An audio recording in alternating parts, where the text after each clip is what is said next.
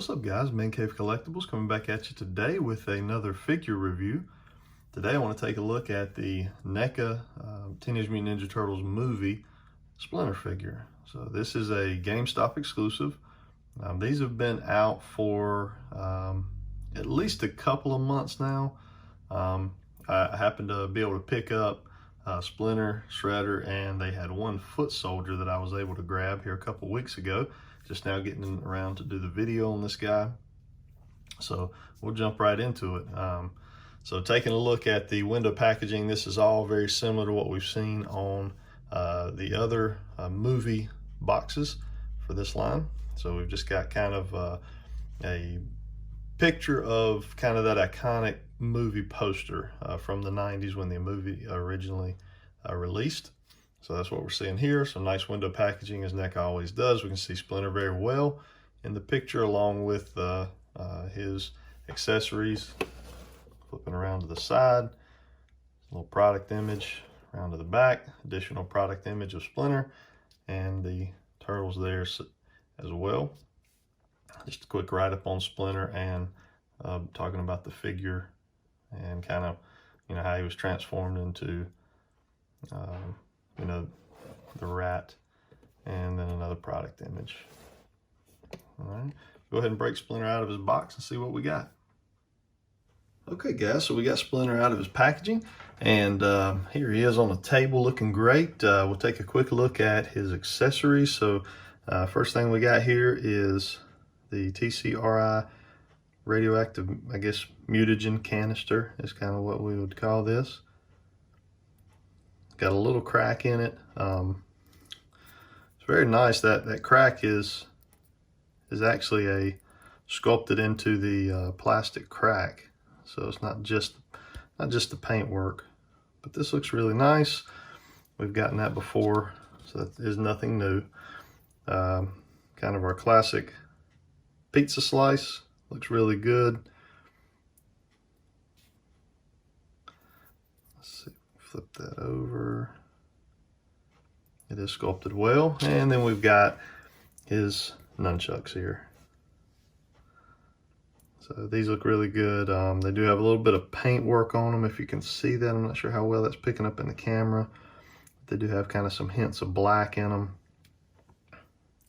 This wire here is bendy wire in the nunchuck, so I really like that. Help you be able to pose those and kind of get them in whatever kind of look you want. Really cool. So taking a quick look at Splinter himself. So as far as Splinter himself, he's tough to get to stand. I'm thankful that we do have bendy wire in our tail here, because you're going to need that to get this guy to stand up. He's kind of awkward, I guess is the best way to explain it. He has articulation in his feet, which we can see here, but those feet are so narrow and there's nothing behind the foot. So it basically the ankle comes straight down and the foot goes forward. So it's making him want to constantly fall backward. So that's the benefit of the bendy wire tail. So I'm assuming that's probably why Neca did that. So you can kind of use that tail to help stabilize Splinter.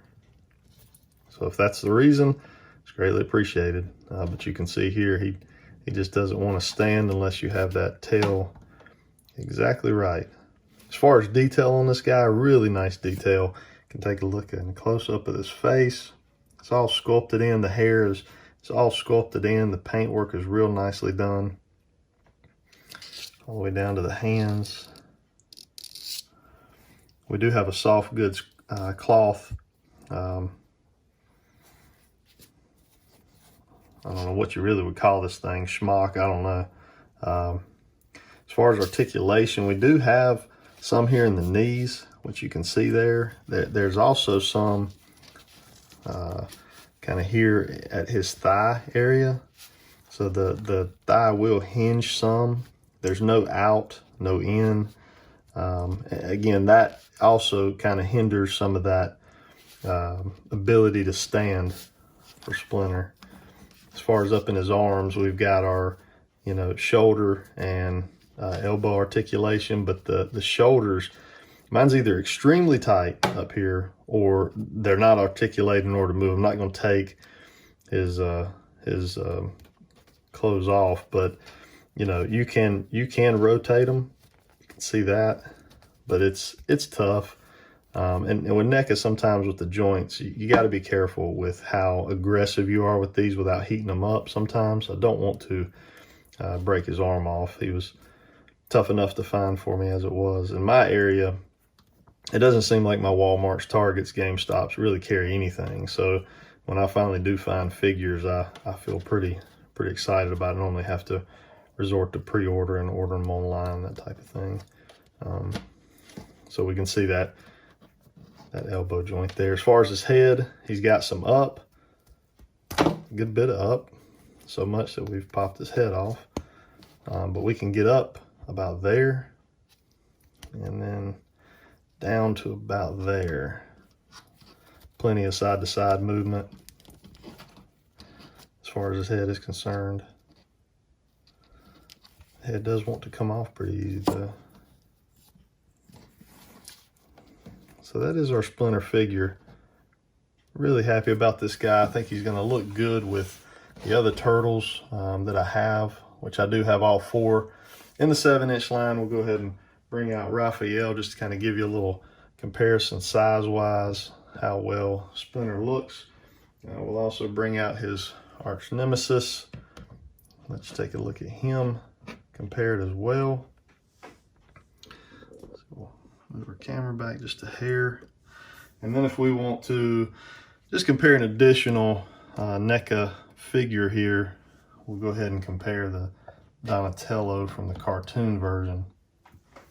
So from a size standpoint, he looks good with everybody. A little small for the cartoon figures, but he looks excellent with the other movie figures. So I'm very pleased with this guy. He's going to look good in my turtle display. Hope you guys enjoyed this video. If you did, click like and subscribe. Feel free to leave any comments that you have regarding the figure or any other comments you may have. Hope you guys have a good day. Stay safe out there. Wash your hands.